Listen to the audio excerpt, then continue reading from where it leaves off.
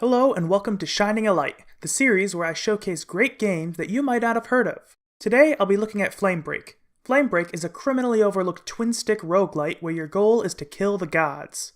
You start out by selecting your character. On the normal difficulty, you'll have 3 choices. Each character will be randomly assigned a race, a weapon, and 4 skills to use in combat. Each race has their own stat modifiers and a unique racial ability. For example, the Minotaur has increased attack damage and health, decreased skill power, and the ability to charge at an enemy to damage and stun them.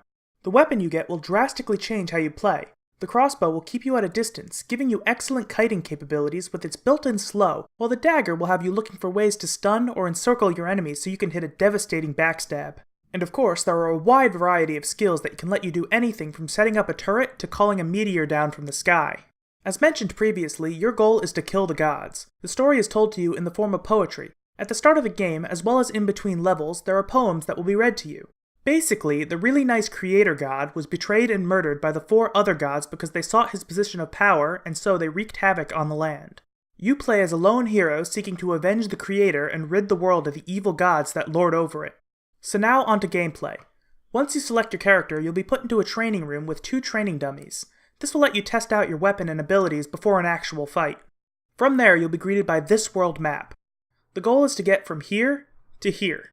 The crossed swords that you see indicate combat. You step on that space and you have to fight a group of enemies, and once you kill them all, you'll be awarded with some gold and then you may continue. If you step on a combat space with a red triangle, you'll enter a combat that'll have an environmental hazard. Successfully beat this combat and you'll not only get your gold, but you'll also receive a free consumable. When you reach this scary looking space, you'll have to fight a boss. This boss will basically be a bigger, stronger version of an enemy you might come across in a normal tile. Each boss will also come with their own environmental hazard. Sometimes this is just additional enemies, but sometimes they'll also spawn mines or crisscrossing lasers to damage you if you're not paying attention. Along the way, you'll also encounter special tiles. I'll quickly go through what they are. You won't know it until you step on it, but some combat tiles will have a minigame instead. You'll be given gold based on your performance in the minigame. This is a shop. Inside, you'll be able to cheaply heal up, purchase consumables, and purchase stat-boosting items. This is a wise man. Inside, you'll be able to pay to upgrade one of your skills or your weapon. These 2 are shops where you can purchase sets of items. Each item set has 3 pieces, and you'll have to visit both types of shops in order to get them all. Once you have an item set, you'll gain a special effect that is usually quite powerful. This is a bazaar. Inside, you'll find the most powerful stat-boosting items in the game, potions and charms that give unique effects not found elsewhere, and it's also guaranteed to contain a piece of an item set that you have started but not yet completed. This is a mini-boss. You'll fight a powerful enemy along with an environmental hazard, and as a reward, you'll gain extra gold. And here we have my favorite mechanic in the game. These icons are temples to each of the gods. Inside, you'll find an altar to that god along with standard combat. The altar will provide effects to the battlefield until it's destroyed. Complete the combat without destroying the altar and you'll gain favor with that god. Destroy it and you'll lose a lot of favor while gaining a small amount of favor with the other gods. When you hit 10 points of favor with a single god, you'll gain powerful buffs in combat. These buffs become more powerful upon hitting 20 and 30 favor. And I know what you're asking, yes, these buffs will apply even when fighting the god that granted them to you. You can only have 1 buff at a time. Here's what they do. The Temples of Furor, God of Rage, will periodically summon lightning which will damage you if you're in the danger zone. Gain his favor, and every time you deal a cumulative 500 damage, a lightning bolt will strike a random enemy. The Temples of Proctus, God of Defense, will simply make his servants take reduced damage. Gain his favor, and you too will gain a percentage-based damage reduction. The Temples of Sepicles, God of Speed, will increase the movement speed of his servants as well as making their attack animations play faster. Gain his favor and you'll be granted a flat boost to movement speed, attack speed, and cooldown reduction. The Temples of Halarin, God of Health, will passively heal his servants over time. Gain his favor and after each turn, you will be healed. If you're at full health, you'll gain a bonus of attack damage and skill power which stacks up to 3 times. You lose this damage and skill power if Halarin heals you again. And finally, the Temples of Necrus, God of Death, will revive his defeated servants 1 time each as skeletons who you must kill a second time. Gain his favor and you will be given a skeleton warrior who will fight at your side and respawn after being killed. Increase your favor level for more skeletons. The one thing I really like about Flamebreak is how everything is interconnected. Enemy types are largely comprised of races and weapons that you yourself can have in your character, and with the exception of the gods and one story-specific boss, every boss and mini-boss are simply elite variants of standard enemies. Furthermore, if you're ever wondering whether 2 effects that you get in-game will interact with one another, chances are they will. For example, there's an armor set that'll make it so damaging an enemy will poison them, dealing damage over time. Well, this poison damage counts towards the damage threshold required to have Fuhrer strike an enemy with lightning.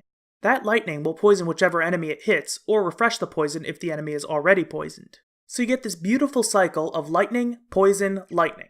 It's amazing. The only exception I can think of for this interactivity is that skill power does not affect percentage-based damage amplification. I think this is because skill power is already very strong, and allowing it to increase damage multipliers would be a little too overpowered. You can already get some ridiculous damage numbers in the game, so you won't really feel like you're missing out. So since Flamebreak is a roguelite, there's one very important question that needs to be asked. Does it have replay value? After all, the roguelite genre hinges on replayability. For me, the answer is yes. You'll have a period of time where your primary goal is simply to get through the main story. This can't be done in a single run, as you don't unlock the god fights from the start, and even once you do, you can only fight one god per run. You'll also be continuously unlocking content via your spirit level. Every time you kill a boss, you'll gain a certain amount of spirit based on how far you are through the game. After enough spirit, you'll gain a spirit level, which will unlock certain things for you. One nice touch is that even after unlocking all the content you can from spirit, your spirit level will continue to increase, even though it doesn't actually provide rewards for doing so. I've always appreciated it when games allowed you to have a sense of infinite progression. Once you're done killing the gods, you can get started on hard mode. In this mode, you'll be given a random character with a random loadout. You'll take additional damage, and you'll get reduced gold. This adds a nice bit of challenge for those of you who seek to test yourself. There's also an achievement in it for you if you can manage to get a 5-game win streak in hard mode. And then there's Nightmare Mode. This game mode will push you to your limits. Unfortunately, you can't just select it from the menu. You can only get it from daily runs or from racial quests. More on those later. This is actually my biggest criticism of the game. I don't see why they decided to not let players easily access an entire game mode. In any case, Nightmare Mode starts out as a standard hard mode run. However, once you get to the final boss, you'll find a portal icon instead of a boss icon. Here, you'll fight the Portal Guardian boss, after which you'll enter the Nightmare Zone and basically go through a new game plus a version of the run. You'll keep all your items, but enemies are much tougher and you get even less gold from all sources. Yeah, it's hard. And then there are the racial quests. You'll get a quest for each and every playable race in the game. This quest will basically just be a nightmare run with a predetermined loadout. Since these are done in nightmare mode, they're quite difficult, and because of that, by the time I had beaten each quest, I'd gotten pretty good at using specific combinations of skills to effectively nuke enemies or just avoid damage.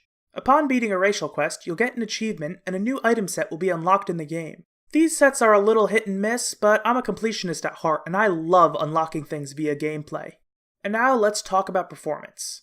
As you can probably tell, this is not a very intensive game. My potato of a laptop can handle it with no frame rate dips, and I've never had a crash on any system I played on. So chances are, whatever you have will run the game perfectly fine. Now, onto art and music. When looking at a game, I'll usually give art and music their own sections, but in the case of Flamebreak, neither really stood out to me. Of course, this is just my opinion, and ultimately this topic is entirely subjective. However, for me, the art is functional, but nothing special. I appreciate that everything is very easy to see, but I don't feel like the top-down perspective is very aesthetically pleasing, at least for this particular art style. Same goes for the music. I do like what I hear, but it's basically just background noise. It's mostly just there because it would be glaringly obvious if it weren't, so I just don't really have much to say about the art and the music. So this is Flamebreak. I absolutely love it.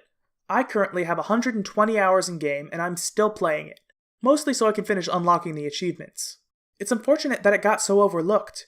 It never really gained much of a following, and currently, not very many people are playing it at all, which is evidenced by the desolate daily leaderboards. However, don't let that deter you. It's a single-player game after all. You don't really need other people playing to have a good time. And at the cost of $9.99 US or your regional equivalent, I'd say it's definitely something to consider the next time we have a Steam sale. Thanks for watching. If you enjoyed the video, I could always use a like or a subscription.